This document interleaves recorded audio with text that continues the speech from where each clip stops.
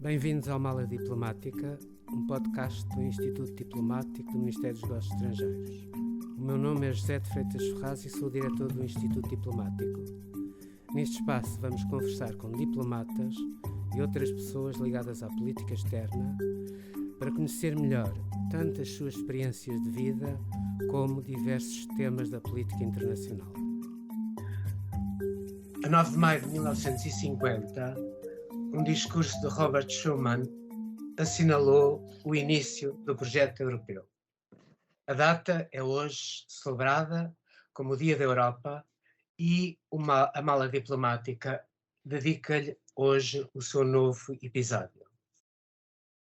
Num momento particularmente difícil para a Europa, vamos focar um dos eixos mais importantes da política externa portuguesa. Para tal, temos connosco o embaixador Nuno Brito, que foi representante permanente de Portugal junto à União Europeia em Bruxelas entre 2015 e 2022. Ele, na realidade, esteve lá durante 6 anos e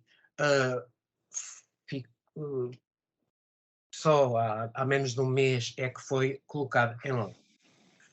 Eu queria acrescentar que o embaixador Nuno Brito é diplomata há 38 anos, esteve, portanto, também na representação permanente das Nações Unidas, onde foi representante alternante no Conselho de Segurança entre 97 e 98.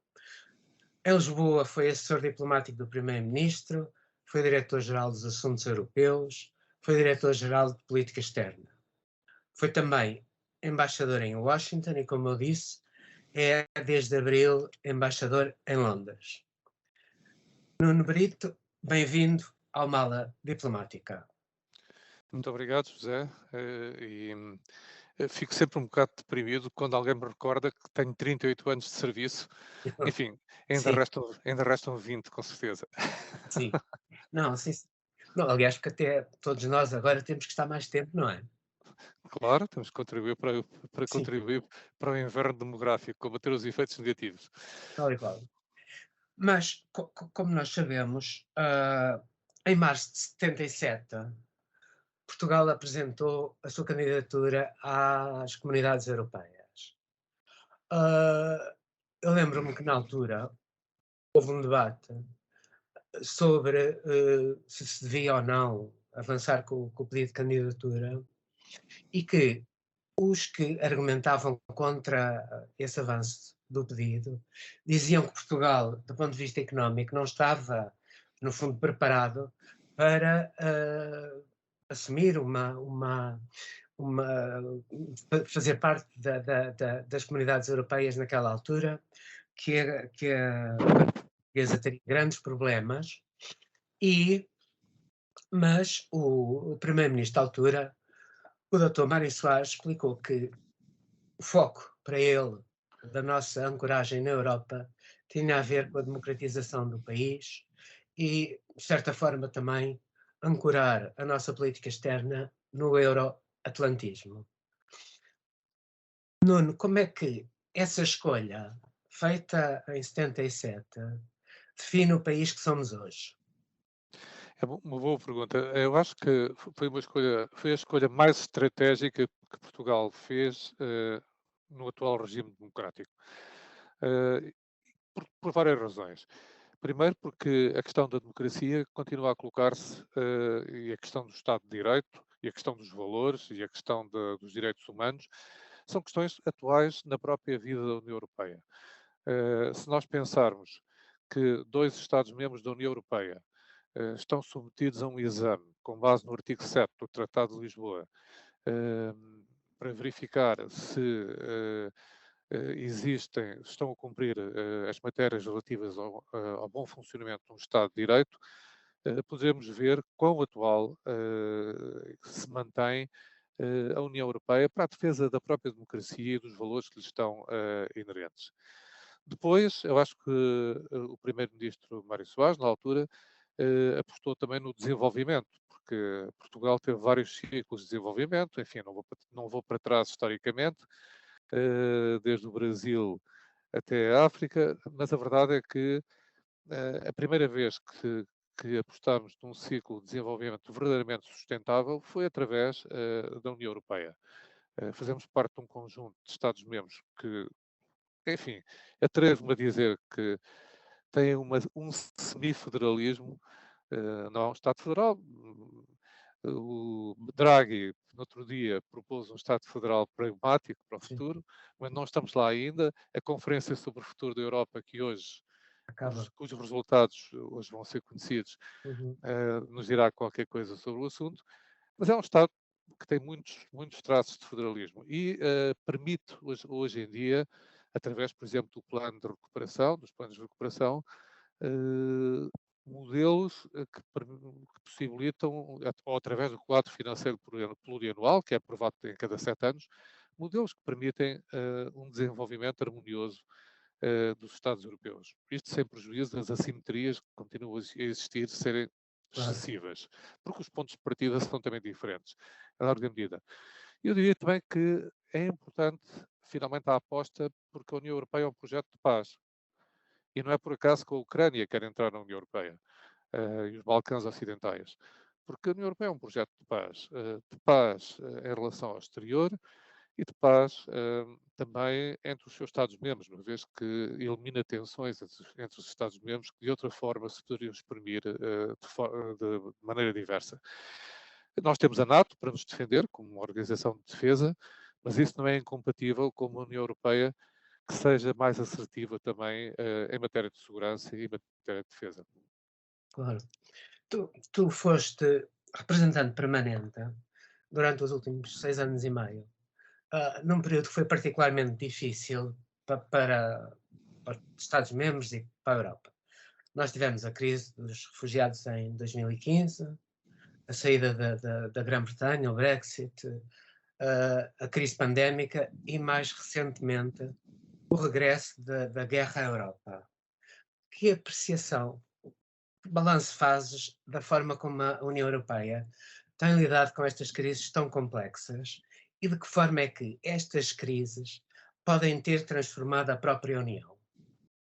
Eh, Eu acho que há duas crises em relação às quais a União Europeia podia e devia ter feito muito mais. Eu não diria que a União Europeia falhou, porque isso é uma palavra muito forte nessas crises. Hum, Estou-me a referir à crise dos refugiados, à inicial, portanto, àquela que atingiu, começou na Grécia e que foi por aí acima, e estou-me a referir à crise financeira que a antecedeu. Porquê? Porque as respostas que foram dadas, quer numa crise, quer noutra, a posteriori, nós viemos a verificar que não foram respostas adequadas.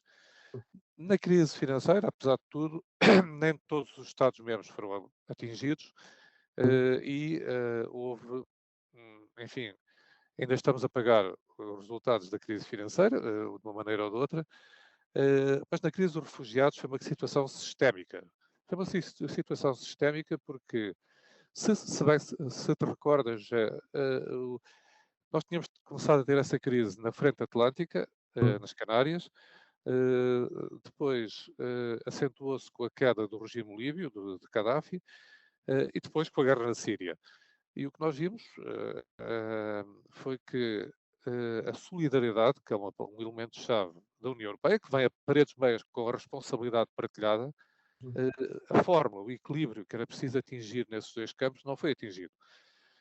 Houve uma tentativa de se fazer uma distribuição de refugiados por cotas e houve até legislação aprovada para o efeito. A verdade é que não funcionou. Portanto, eu acho que há toda uma obra por fazer em matéria de refugiados. A União Europeia não pode ignorar que a Nigéria terá mais população do que a União Europeia certo. em 2050. A crise não vai desaparecer. Estamos a trabalhar melhor, apesar de tudo. Neste momento, a ênfase é feita na resposta externa à dimensão da crise. Hum, E internamente eu tenho esperança que também se evolua. Um último ponto sobre refugiados. Nós temos agora uma situação específica que é a de refugiados na Ucrânia, porque o número que foi atingido é muito superior àquele número que vimos na crise de 2014, 15, 16. E por isso, mas aqui estamos a portar-nos, penso eu, de uma maneira muito mais pragmática e correta. É preciso é que encontremos uma solução definitiva que trate das duas dimensões, da dimensão asilo e da dimensão migração.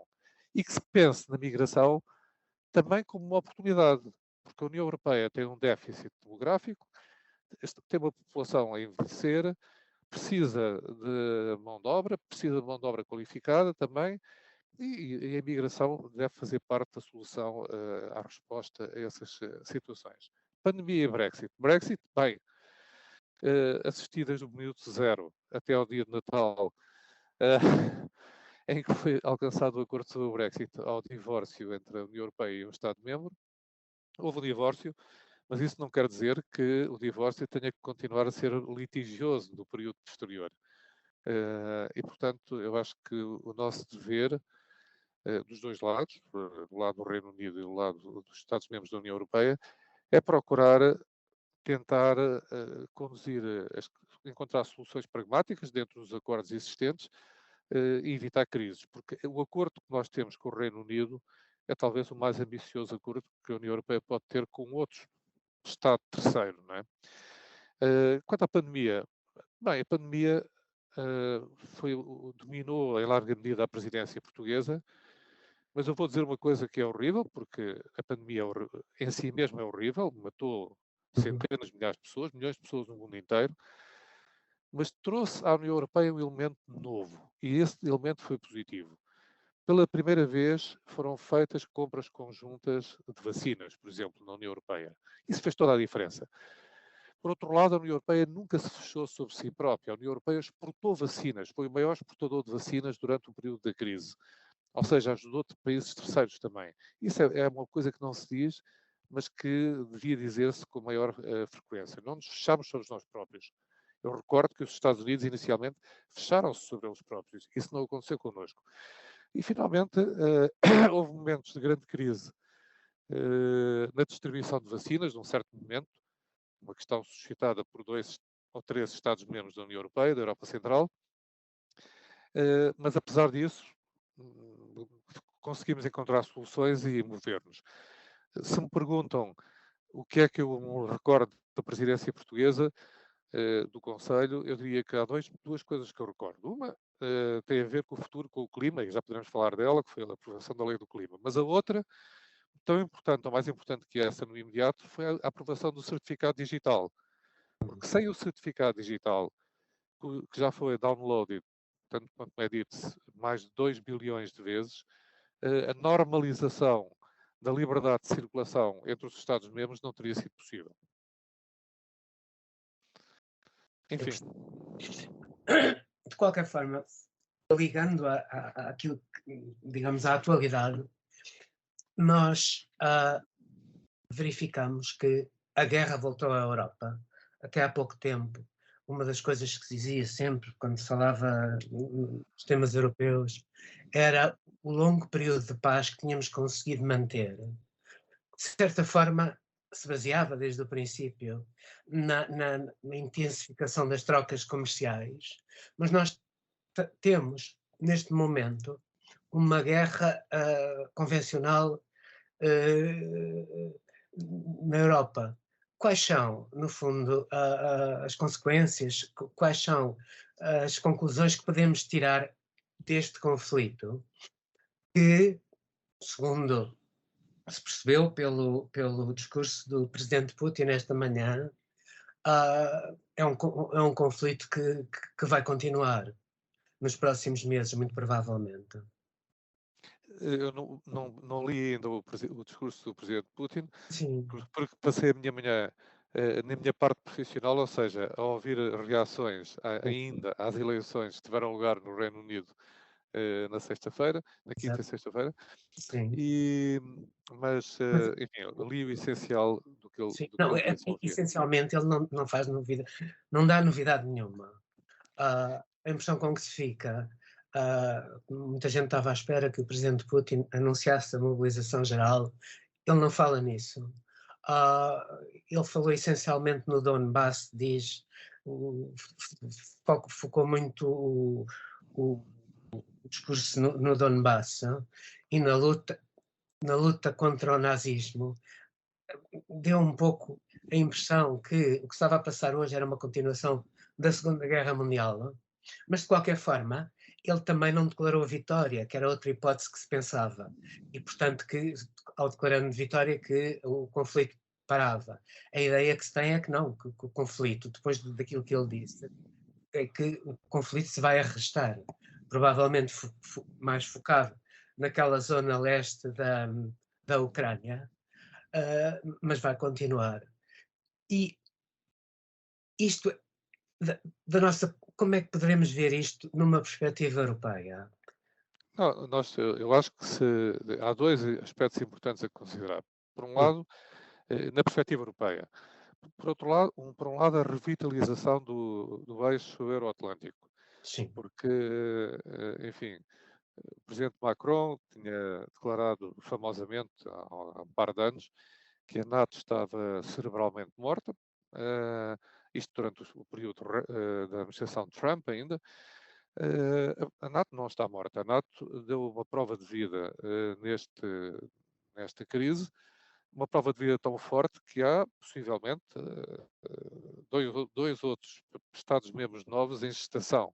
Estou-me a referir, obviamente, à Finlândia e à Suécia. Veremos como isso sim. vai ocorrer. Mas a NATO não é a minha área. Hoje, a União Europeia respondeu também de uma maneira absolutamente extraordinária. Porque, para aqueles que acham que se fez de menos, eu diria que não estão mais longe da verdade. A União Europeia atuou com muita velocidade, fazendo aquilo que podia fazer nas suas áreas de intervenção. Primeiro, sanções. Os 4 primeiros pacotes de sanções que a União Europeia adotou, sanções que atingiram o próprio presidente russo, é bom que se diga, pessoalmente, foram pacotes de sanções que foram aprovados num mês. Eu não me recordo da União Europeia ter atuado tão rapidamente em relação a qualquer outra crise. Segundo, e depois desses houve um quinto pacote e neste momento estão a discutir um novo pacote de sanções. Eu penso que é uma questão de tempo até se chegar a um acordo. Segundo, pela primeira vez a União Europeia utilizou um mecanismo de assistência civil militar para, para dar ajuda militar significativa a um país europeu. E a Ucrânia está a receber assistência militar da União Europeia e não só da NATO. A NATO, enfim, retiro o que disse da NATO, uma vez que a NATO não dá assistência militar, há Estados-membros da NATO que a dão, que é uma coisa diferente. Claro. Mas a União Europeia, como tal, uh, tem um programa de assistência militar, um mecanismo, a facilidade para a paz, que tem sido utilizada nesse sentido. Temos também fornecido assistência financeira e assistência económica ao Estado ucraniano, para impedir o seu colapso. Temos também fornecido assistência aos refugiados ucranianos e aos países afetados por essa situação. E do ponto de vista político, a União Europeia tem, a larga medida, liderado a resposta internacional que tem sido feita para isolar a Rússia e para a pressionar e a fazer voltar a uma situação à mesa das negociações. No fundo, é esse o nosso objetivo. Quando se fala de nazismo, a União Europeia também não comprou esse argumento. Se é verdade que a Ucrânia está a ser. Se há alguma analogia entre o que se passou na Segunda Guerra Mundial na Ucrânia e agora, a analogia é simples: é que foi na Ucrânia que se travaram os maiores combates da Segunda Guerra Mundial. Mas nessa altura, a Rússia estava do lado da Ucrânia, estava do lado certo da história. Claro. Neste momento, a Rússia está claramente do lado errado da história. E, portanto, inventar um pseudo-nazismo na Ucrânia como para fazer uma guerra de agressão, eu acho que a resposta está dada e foi dada unanimemente por todos os Estados-membros da União Europeia, por todos os Estados-membros da NATO e pelo G7. E, portanto, acho que o nosso objetivo aqui deve continuar a ser o mesmo, ajudar a Ucrânia e ver se consegue chegar a uma solução que ponha fim a este conflito insensato. Um dos debates que se, obrigado. Um dos debates que se arrasta já há muito tempo a nível europeu é é o relativo à autonomia estratégica. Que efeitos é que o presente conflito pode trazer ou pode, para a esse debate, sendo que há quem tenha visões completamente diferentes do que é a autonomia estratégica? Não, há duas. é um bom ponto, José, porque a autonomia estratégica é um conceito que se começou a debater mesmo antes da crise da Ucrânia. E é um conceito, eu acho, relevante. Importa é defini-lo, não é? A autonomia estratégica não deve ser vista como protecionismo, porque, por exemplo, Portugal tem sido um Estado oposto estruturalmente ao protecionismo, independentemente Sim, de quem governa. claro. Portugal é um país aberto em termos comerciais. E, de facto, para alguns, o conceito de autonomia estratégica era visto como uma espécie de protecionismo camuflado. Hoje em dia não é assim. Eu penso que nós defendemos, aliás, em comércio uma autonomia estratégica aberta. No resto, nós reconhecemos na União Europeia que devemos ser mais autorresilientes, mais resilientes e mais dependentes de nós próprios. Uma das coisas que durante a pandemia e que durante esta crise se está a revelar vital para a União Europeia é um programa da União Europeia que costuma ser muito vilipendiado, a PAC, a Política Agrícola Comum. Porque se não fosse a Política Agrícola Comum, durante o Covid, a crise do Covid, e agora, estaríamos numa situação alimentar muito pior em termos de pressão do que aquela que temos. Por isso, a autonomia estratégica também, por exemplo, na procura de semicondutores, é vital, porque hoje em dia toda a nossa indústria funciona à base dos semicondutores. E a autonomia estratégica, por exemplo, nos medicamentos. Uma das coisas que procurámos foi tornar-nos autónomos durante a crise do Covid na maior extensão possível. Porque essa autonomia permite-nos também não só responder às nossas populações, às suas necessidades, mas também Mas exportar. claro. Finalmente, há outra coisa que eu acho que é importante extrairmos desta crise, Uhum, e que ainda não falámos. É preciso acelerar a transição verde e digital, uhum. porque nós, se temos uma vulnerabilidade grande, é a dependência ao petróleo e ao gás russos. Enfim, isso não é algo que possamos terminar de um dia para o outro, mas é importante que a Europa não fique tão dependente do exterior, seja da Rússia, seja de outras fontes de abastecimento de combustíveis fósseis, como estava até aqui. E, portanto, acelerar a transição verde e a transição digital, eu acho que fazem parte também da solução para os problemas que enfrentamos. Na tua perspectiva, quais são os principais desafios que nós vamos enfrentar agora a médio prazo? Além, obviamente, da transição verde e digital. Pois é, tu foste Antici, que é o cargo mais Hum? nobre que existe na representação permanente em Bruxelas. Eu nunca fui, só fui representante permanente. Para aqueles que nos seguem, os Antici são as pessoas que realmente mandam nas missões. Eh, não, tu sabes que nós funcionamos de crise em crise, basicamente. A Sim, União Europeia vai se reinventando ao longo de crises. Eh, o menu de que já falámos é um menu extenso. sim. E, portanto, eu acho que, uma vez mais, a aposta no verde, a aposta no digital, eh, a aposta também em soluções que permitam a procura de uma gestão económica correta, Uhum. coordenada das políticas europeias principais. São três elementos importantes. As migrações não desapareceram, o problema está lá, vai continuar. Temos que encontrar uma solução rápida para essa questão, e não me estou a referir à Ucrânia, estou a referir-me ao Sim. resto, àquilo que é estrutural e que vai continuar a existir com ou sem a crise na Ucrânia. É evidente que enfim, a prioridade número um é a paz na Ucrânia, essa é a prioridade número um da União Europeia. Nós não temos uma agenda militar, não temos uma agenda triunfalista em relação à Rússia. O que nós queremos é que haja uma situação de paz que possa ser aceita pelo povo ucraniano e não imposta, e que permita estabilizar a situação naquela região. Do ponto de vista energético, já falámos, há muito Sim. para fazer. Acho que Portugal tem feito muito e tem beneficiado muito dos programas europeus nesta área, e regozijo-me com o facto de, no programa de recuperação que temos, a parte energética também e digital estarem devidamente acauteladas.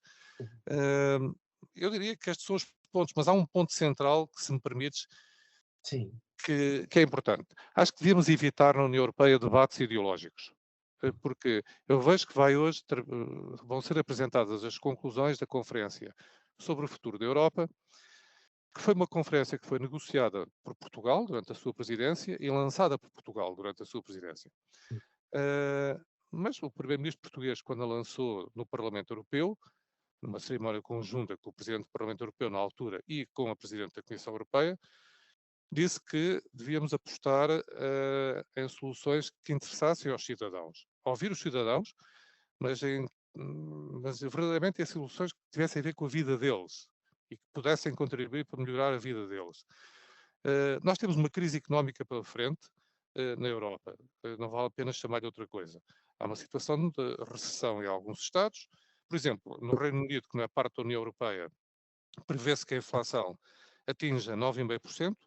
O uhum, Reino Unido é habitualmente o quarto parceiro comercial de Portugal e o maior fornecedor de turistas, portanto não preciso te explicar o que é que isso implica para um país como o nosso.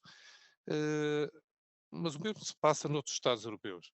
Portanto, devemos concentrar-nos naquilo que é essencial para os cidadãos. Talvez uhum. se possam encontrar soluções novas para a saúde, por exemplo, e fazer-se mais na área da saúde, que são políticas nacionais hoje em dia.